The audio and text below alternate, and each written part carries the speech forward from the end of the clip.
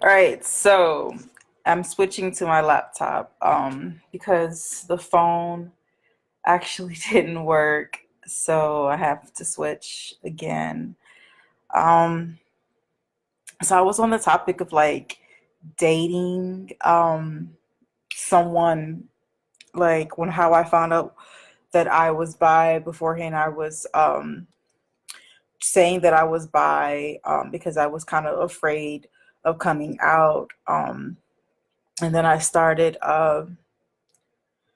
dating, like my first real relationship. Again, I said the guy was international, and I was fairly young. I was in my 20s, and I was trying to like fit myself into this relationship that was going to be acceptable um, in the heterosexual reality. So I really wasn't being true to myself. And afterwards, my first real no, I haven't actually dated a woman. Like I was a part of this group and they actually kicked me out because I asked them what was it like to date a woman, and people got offended because they thought I was a bisexual woman, and I'm not bisexual. I am a lesbian. I just have yet to date a woman because I've just recently come out, and now that I'm being authentic and true to myself, I'm taking my time to find that right person. Um, it has nothing to do with being bi. But the fact that the lesbian community or the gay community is so intolerant towards bisexuals had me a little bit alarmed, because I get that a lot of women get into a relationship with women who are claiming that they're bisexual, and then things turn sour when said girl who claims that she's bi ends up dating some guy, and you invested your time, your heart, your energy, and your money into dating this person, and then all of a sudden they're like, well, I'm back towards dick, and then you feel betrayed, and you're like, well, fuck bisexual women because they're not loyal or whatever, whatever, whatnot, whatnot, whatnot. So I get that, but I still think that when it comes to dating, after listening to so many people and reading page after page of experiences of women who've dated, like talking to women who are 14, 15, 16 years my seniors and still single. And it's it is scary, because it is my intentions to eventually settle down. I want a wife, I want children, I want the whole traditional lifestyle, but as I want it as like I want it as traditional as possible, but I don't know. Like I was gonna say dating with a purpose. That's what you have to do. I think a lot of people are dating just to see what's out there because, oh, I'm a lesbian and the other girl is also a lesbian and I don't want to be by myself. What? And it ends up being really messed up for people who are actually trying to settle down, because you got a lot of people playing games out there, and I've come across that. But something that was really particular interesting that happened to me was that when I finally took that hiatus of abstaining from sex and taking my time with trying to figure out what I wanted, um, I realized that I found myself coming out of my depression because I started being authentic and true to myself. And then when I came out and I started seeing how family and friends started reacting, like I definitely realized who was in my corner and who was not. So I'm very thankful for having come out, because it showed me who was my friend and who was my family and who was in my corner and who wasn't. Because during that time, I had people making erroneous comments and homophobic comments, and it was my first time. So I never really realized how, like, I knew about it. Like, it's nothing like reading how people are going to respond to you coming out versus actually you going through the experience yourself personally, and realizing that people really do have an issue with you because you're gay, and like, oh, you should be with a man because that's what it says in the Bible, or whatnot, and because a man was created for a woman. And I'm just like, that's not what I want. And that's not where my happiness lies. Like, my happiness lies with myself, and I see me being happy with another woman. Like, nothing personal, nothing. Yeah, that's what I want. So dating has really been uh interesting for me. Because I'm not really like, I have women, like, yes, they're talking to me. They want me to date them, but I'm just not ready, because like I don't want to rush into being in a relationship, especially when I rushed into other relationships that went sour because I was just trying to be something that I wasn't, to fit in. So I'm definitely taking my time, and if that means sitting back and just, I don't know, not having sex for the next 6 years. Oh God, please don't let it be 6 years. But I'm just being exaggerating, because it has been like, I don't know, because like, I don't know, like, I don't feel as though I should have to rush into anything. And at the same time, I'm still being conscious of the fact that I've met lesbian women who are in their late 50s who are still single and never actually married, but of course dated when, but now they're like single. And I'm like, I don't want to be that way. So I'm like, I'm trying to be open-minded, but at the same time, I don't want to just let anybody in. Like, of course, I think everyone should have their own personal preference and desires when they're seeking a partner. Like, I don't want a partner who is financially dependent on me. I don't want to be financially dependent on my partner. I actually want to be like a partnership, like we're both coming in and we're both bringing money into our household and we're both on our grind. That's what I want. And in fact, when I first came out, I was reading all types of different literatures and articles and videos and films, trying to like understand this lifestyle that I was getting myself into, um, and also just trying to figure out how other lesbian women met each other and how relationships were. But there's this one article that I read about studs who were, some of them were married, other ones were like they were dating this girl for some odd years, and all of a sudden the girl left them because they found out that they had this illness such as cancer.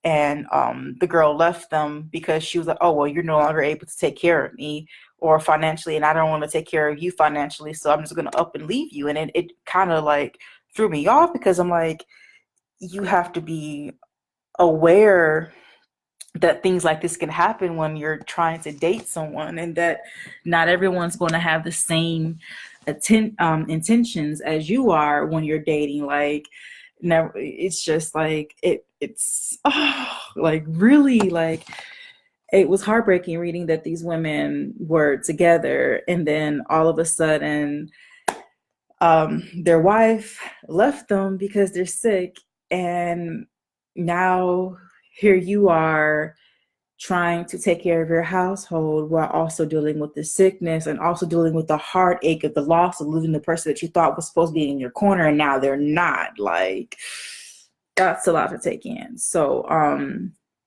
that made me to be more conscious of, like, maybe one of the things you have to look out with being in this lifestyle is to be financially stable and able to stand on your own 2 feet versus trying to mooch off someone, because I see that happens a lot, and I've heard and come across studs who are, and femmes who are very hurt, and they're not really quick to trust because they had these experiences where this woman hurt them, and now they're like, I have trust issues and my barriers up to the roof because said girl took me and did whatever, whatever, whatever, blah blah blah. And now you come in and you're trying to be genuine and be real and try to show them that who you are, that you're really in their corner. You have to like go through a lot of hell just to break down those walls because the person has experienced something that ended up hurting them. So that was something else that I had to think about and take in consideration. And then also the age gap. Like, it's common for some women to be younger and older, like when you're dating. Like, one minute, the woman might be 14 years your senior, or 12 years your senior, 6 years your senior. Even though I don't really have a problem with the age, I think I more so have an issue with dating someone who's younger than me, because I noticed that I am quite mature for my age, and I I do want someone who's older than me, but I do have a limit. Like, I just feel as though 10 years that's my limit. But I have met women who are much older who tried to approach me and lied about their age, and I'm just like, ma'am, I'm sorry. You can lie all you want about your age, but it's obvious that you're older than what you're telling me because yeah, it's just obvious. So I kind of like, I don't know, learn to just like be open-minded when it comes to dating. And then also, I'm not quick to incorporate sex into anything. Like, I want to make sure that I am in a definite relationship and that we have been together for a while before I actually incorporate having sex, because I feel as though when people start having sex, it kind of muddles things, because you don't really know if you're with the person because, oh, this person is really truly in my corner, or because they're giving me good sex. And I feel as though sex is really heavily weighed in relationships. And me personally, I'm not into like, I mean, of course I like sex. I mean, who doesn't? But I want it to be meaningful, and I want it to be with someone who I know is in my corner and who I'm in love with. Like, all of these things matter to me. And I don't know, like, I just want something that's real. And at the same time, as I'm beginning this lifestyle, I realize that it's hard. Um, like, and it has its moments. Because like it's it's no different than the heterosexuals. The only thing that makes it harder is the fact that it's not widely accepted. And because it's not widely accepted, it's sort of like in a hit and it's hidden. So then you kind of have to go search for it. And then I know when I first moved down here, like I was focusing on getting my cosmetology license and trying to get in a better position in the salon. So I really wasn't focusing on dating. In fact, I was still trying to just focus on myself and preparing myself for the future and just recovering after coming back abroad and just graduating. And then it was just a lot that was going on. And then when I finally took that initiative to come out, um, it was it was relief. I felt like I could just exhale and just say I finally did it. I'm being true to myself. I'm not sitting here trying to be in a relationship with this guy because I'm trying to fit into the heterosexual reality, and I'm not, because I had friends like I had friends who were close to me because I was dating someone outside of my race, and they thought that was so cool. And I was just like, in my head, I was like, that is so damn shallow. Like, you don't date somebody because you're trying to get a come up or because it's like, oh, it's taboo and it makes you seem interesting. You don't date people because of that.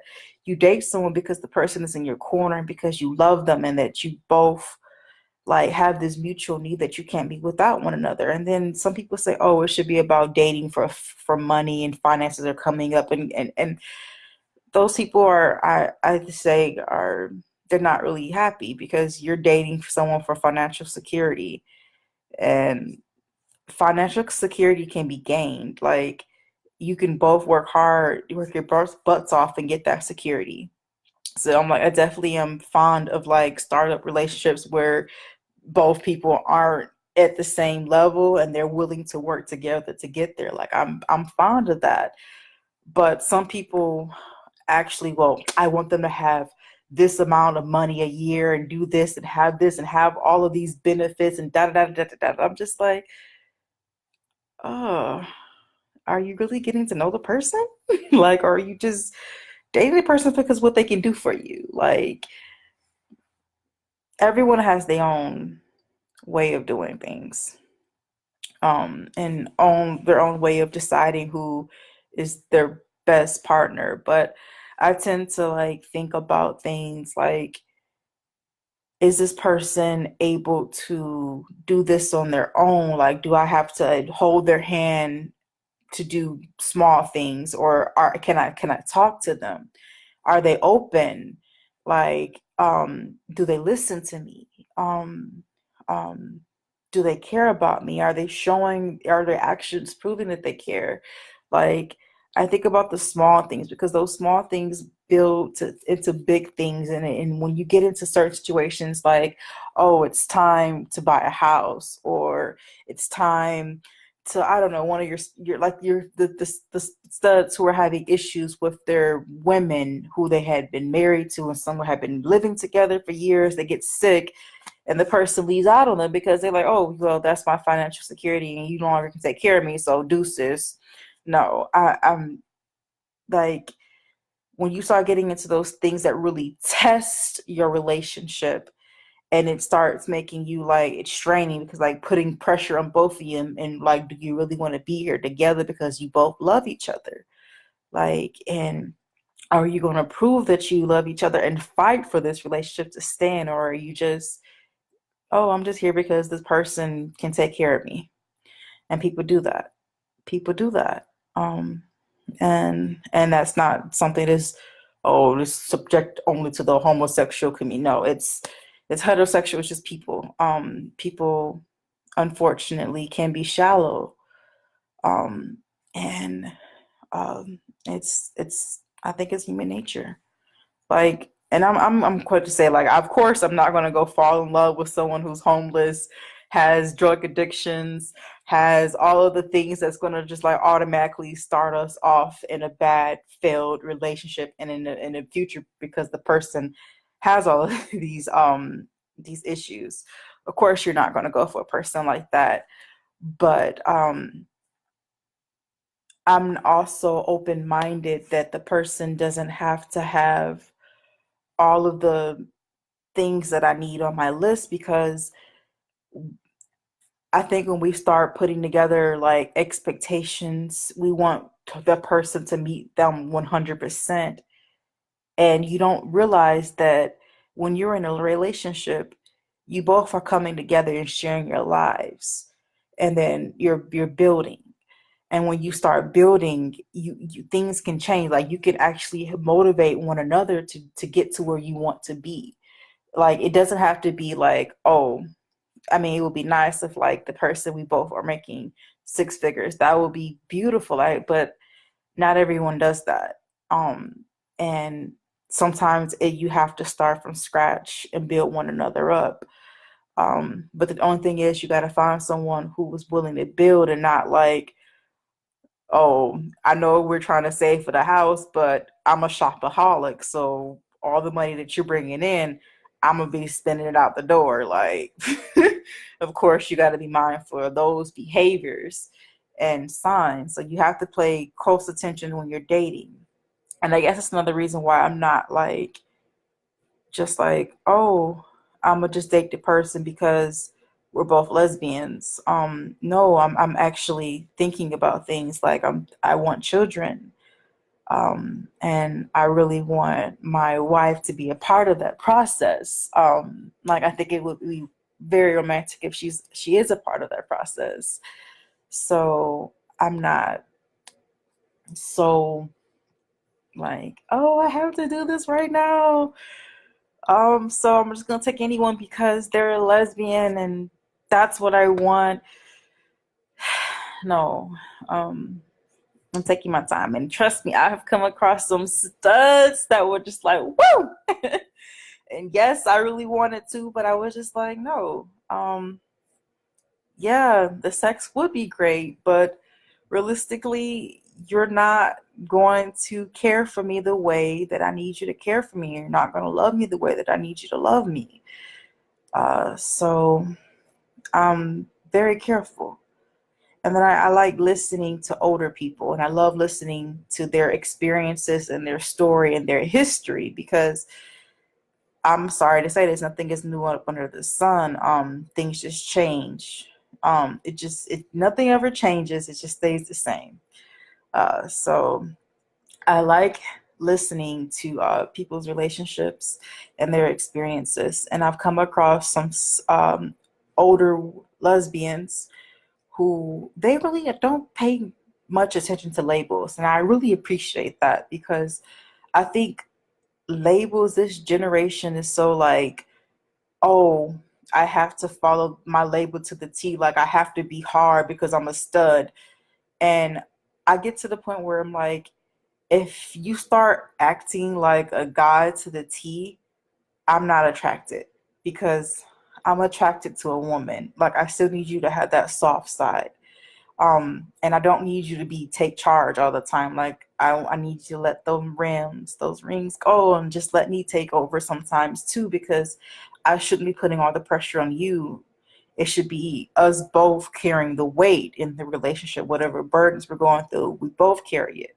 Not like, oh, you're the stud, so you're gonna do it all, and or you're the femme, so you're gonna be submissive.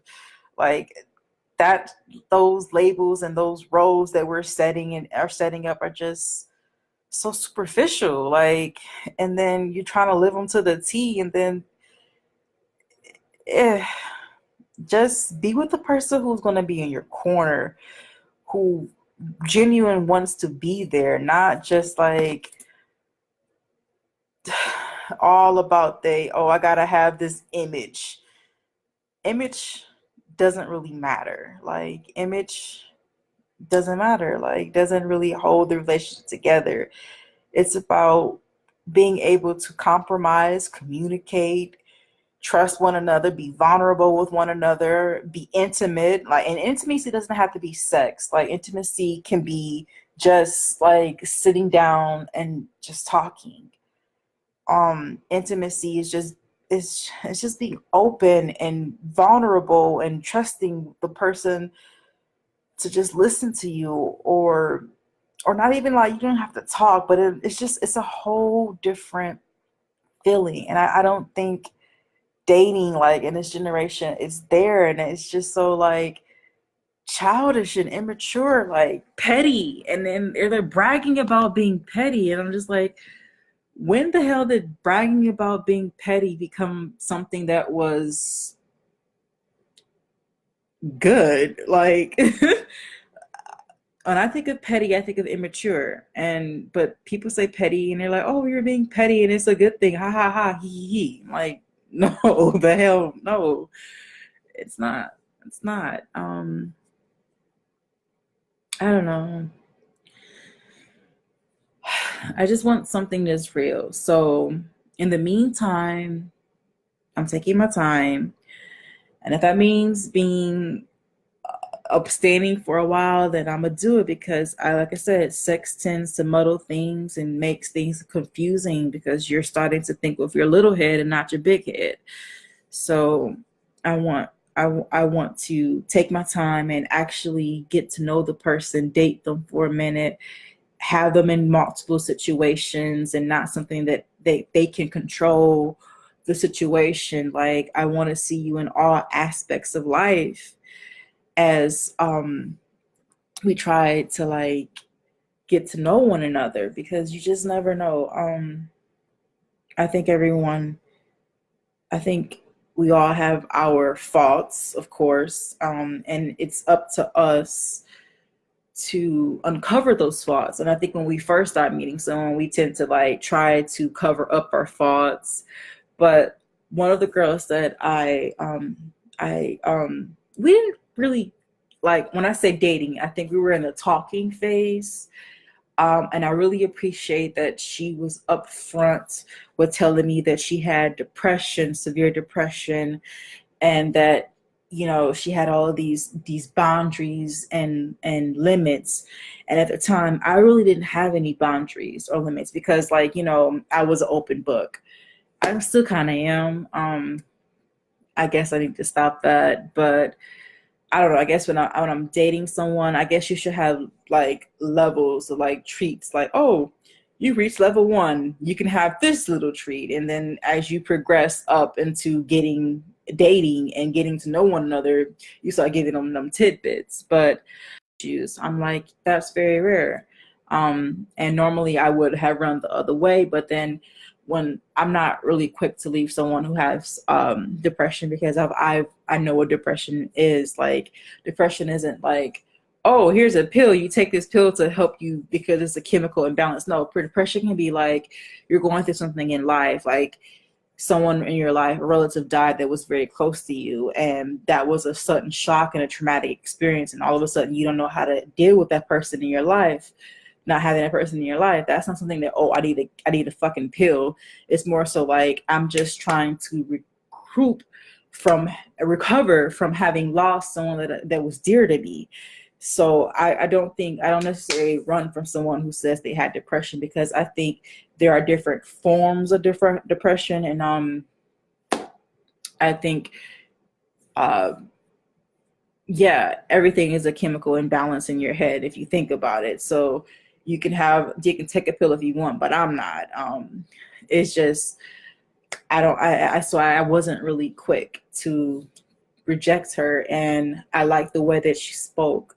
Like, she spoke fairly intelligent. Like, we were able to hold conversations and had different experiences, but at the same time, she taught me that some women and some people, like, I just never done it, will actually,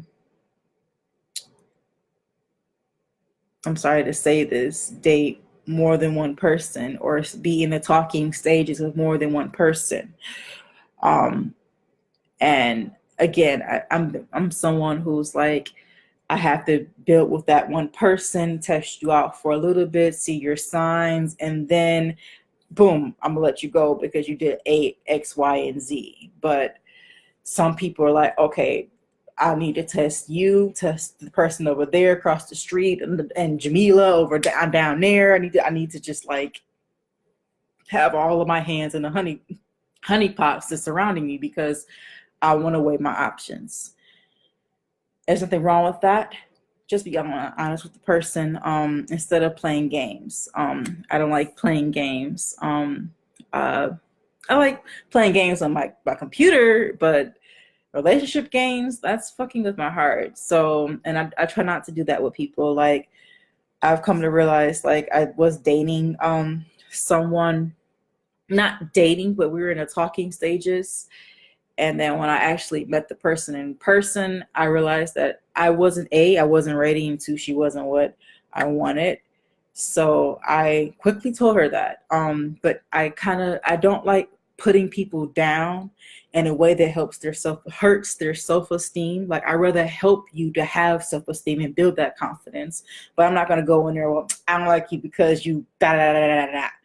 Nah, I'm not that type of person. I like to communicate and reason and compromise and try to uplift you so that you can be your next best person. I'm not going to sit here and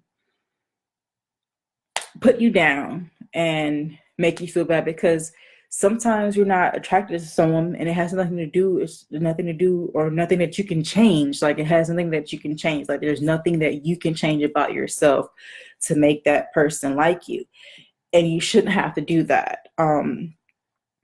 So I try to be as honest and authentic and genuine as I can. And I'm gonna be honest, it's hard, because sometimes things happen and you didn't even expect it to happen, and you're like, whoa, like, whew, I wasn't expecting that, and now I actually have to go backtrack what I said.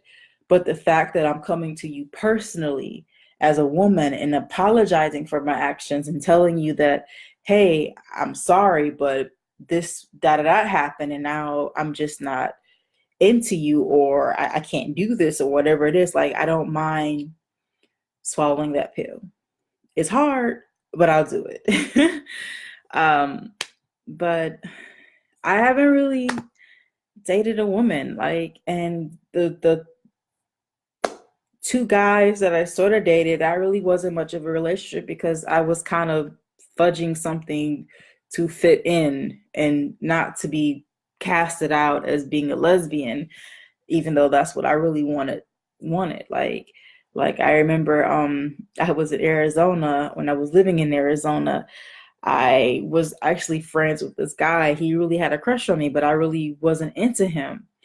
And there was this girl. I had started working as it's like a position, you're like a helper to people who have mental disabilities or are disabled, and you are like a partner. You help them get out of their wheelchair, you assist them, and you have your but you're a partner and you're doing this. And I was doing that, and I had this job, and I had a car. I had bought a jalopy, and this car broke down on me, and I had to get to work. So I couldn't afford to get it fixed right away.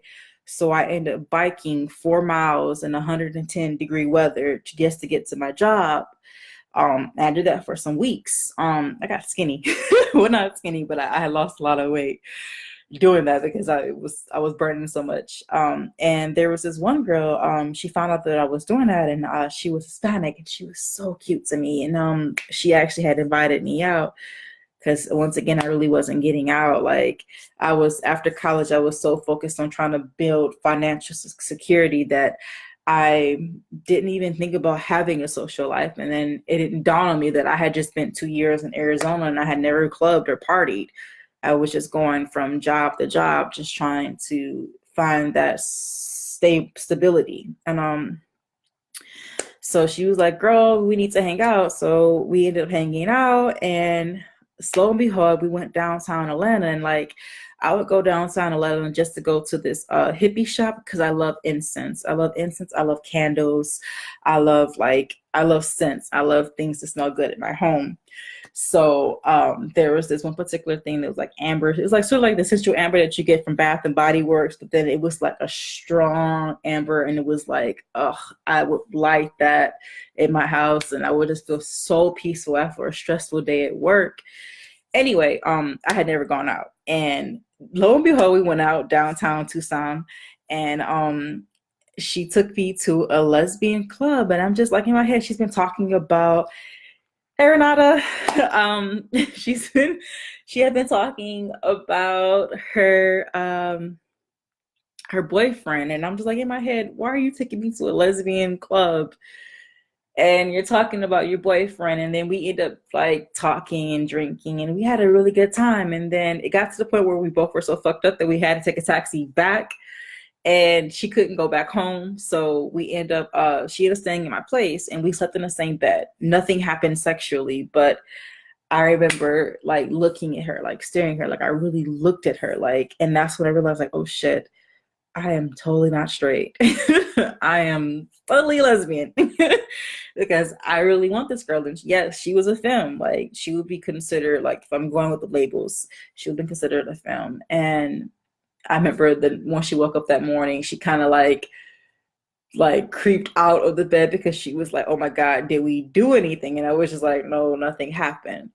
But that was my first like jarring moment, like you're unhappy and this is really what you want. Because for that one night, like I had been stressing and struggling and being really upset in Tucson, and then that's when I had that encounter. I was like, yeah, this is what I want. And then that's when I took that hiatus. It was like, okay, I need to take some time and just really think over coming out and thinking about what I want. And I kind of end up moving. So I moved back to Michigan, and then I moved to Atlanta. And in Atlanta, I never thought about it, but then I should have, because when I was in college, I was actually the president of the Queers of Color in my senior year, which is a group that another guy and a gay guy started because we had quote unquote kaleidoscope, which was I'm sorry to say, it was a most majority white school. So Kaleidoscope was a gay organization, but it was mostly run by whites. So the people, the queers of color, didn't really have a voice. So this guy, Hassan, got on, wrote this big thing about how they don't really listen to us. So he ended up creating his own group. And then, mind you, his butt was in his senior year. So I was in my junior year, I had just came back from abroad, and he was like, "Oh, and Gabby, by the way, you're now president of the Queers of Color." And I was just like, "What?" And mind you, at the time I had never dated a woman. I was still saying that I was bi, so I had never actually had an experience. So I had to go to like it was like a convention or something that was down here in Atlanta, and that's how I decided that I was like, if I ever should live in America, it would be in Atlanta, because I just like the fact that it was um so many homosexuals, and it was more like homosexuals. It was more gay friendly, and I like that. So that's why I was like, okay, I'm gonna make this move, and I'm gonna just go ahead and go if ever anything should fail with me going abroad. So I moved here, and I didn't really do much. Like I spent like 2 years just focusing again on school. Like I keep doing that, like just focusing and not really going out. And then I want to say I was getting ready to graduate in like a couple of more months. Like I think in July, and it was January, and I was like, you know what? I finally came out already, and I was like, I'm going to start going out. I'm going to start taking initiatives to go out. So I remember I was in cosmetology school, and there was this girl who was much younger than me, like 18, and my butt at the time was like what, 24, 25, whatever. And the girl was like, "Oh, you should come to phase." And I was like, "What the hell is a phase?" And she said, "You should come to phase one. Like, you should come to phase one. Da, da, da, da. And I was like, "Okay, sure." I'd never been out anyway. So I was just like, why not just have the first time going out and just experiencing getting out, and being young, instead of just being cooped up in the house and going to school and work.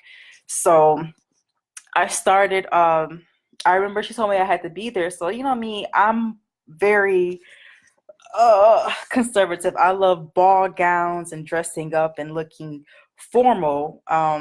And uh, I wasn't expecting this. So I actually had on a full gown, like, and heels. And I mean like a ball gown. Like I was overly dressed. And the girl who normally dresses like a stud, like she didn't really dress girly. She was kind of like, I would say STEM. Like now that I'm understanding labels, I never could pinpoint what it was because she was always like in between being a femme one day and the next day she was kind of a tomboy, but then it was always like that. It was always like in between. Like it never was fully feminine, never was fully masculine. So I was just like, meh. But she always looked good. But this particular night when I went to Faye's, the girl came in booty shorts and a tank top, and I was just like, "What the hell?" And she had on weave, and I was just like, "Girl never had a weave. She always had these fox locks um and dreads." So which is like, what's going on here? And then I should have noticed that something was different because like they had a table already arranged for us, but just thought it was just because it was her birthday, her well not her birthday, but her sister's birthday, and it was just like, oh, they had reserved a table. So I really wasn't thinking that you know this was something else, but actually the one of the girls, the sister was a performer at Phase, and she was a stripper.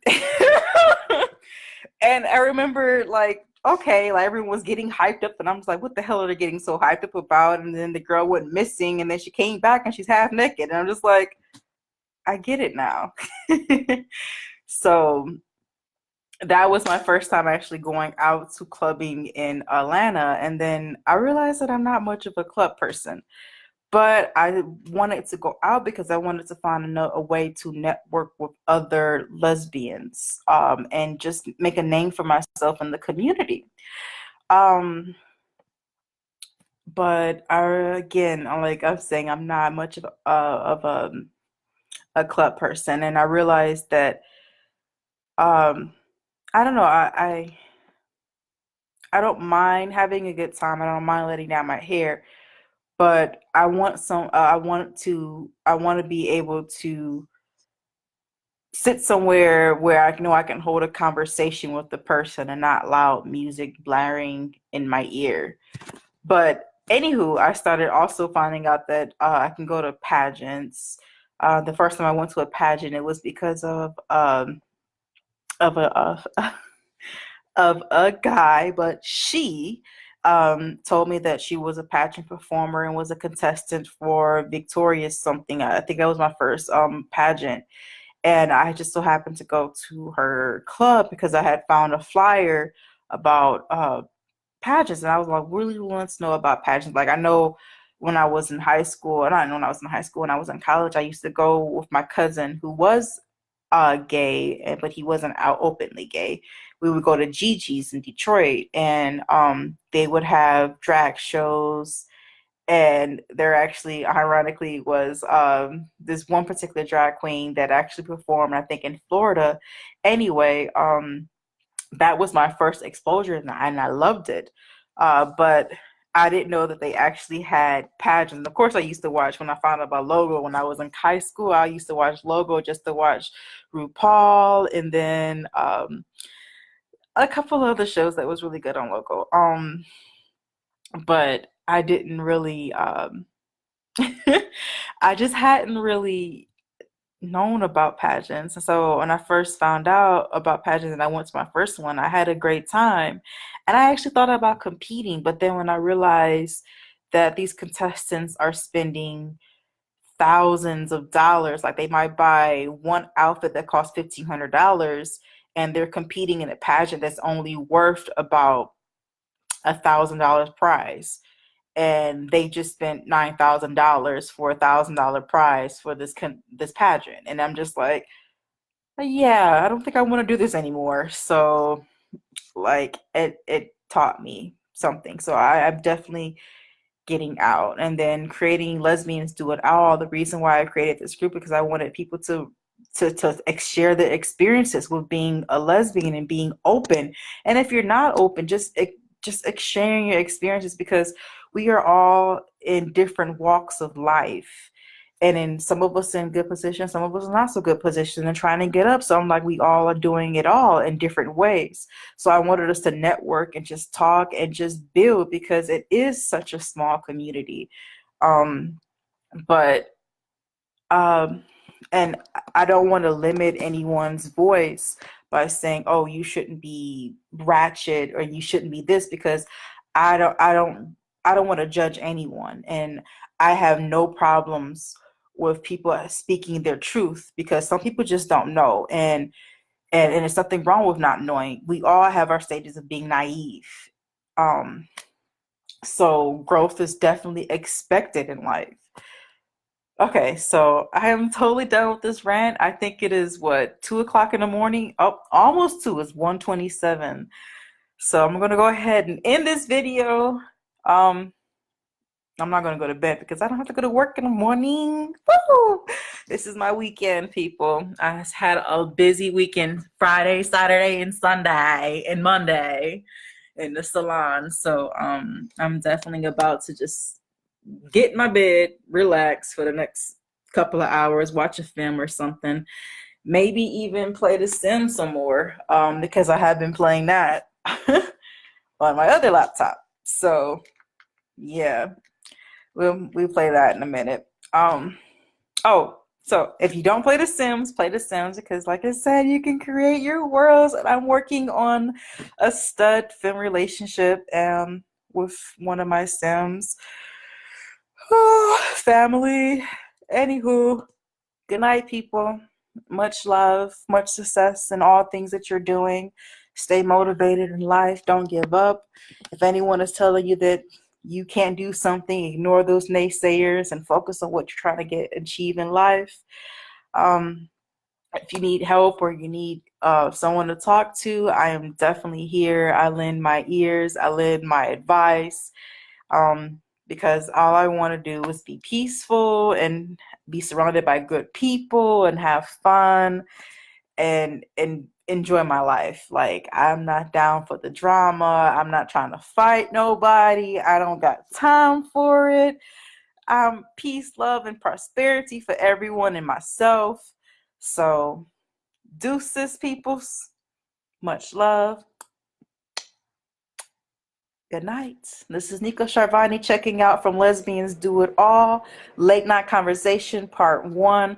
Hopefully more people will join in. It's been really hard trying to start up this group. I'm sure we all have busy schedules. And then again, I'm not really known. So I'm trying to put myself out there. Like, this is a big step for me. Considering I'm freaking shy. Night, people. Have a wonderful day. Much prosperity, much love. Stay motivated. Night.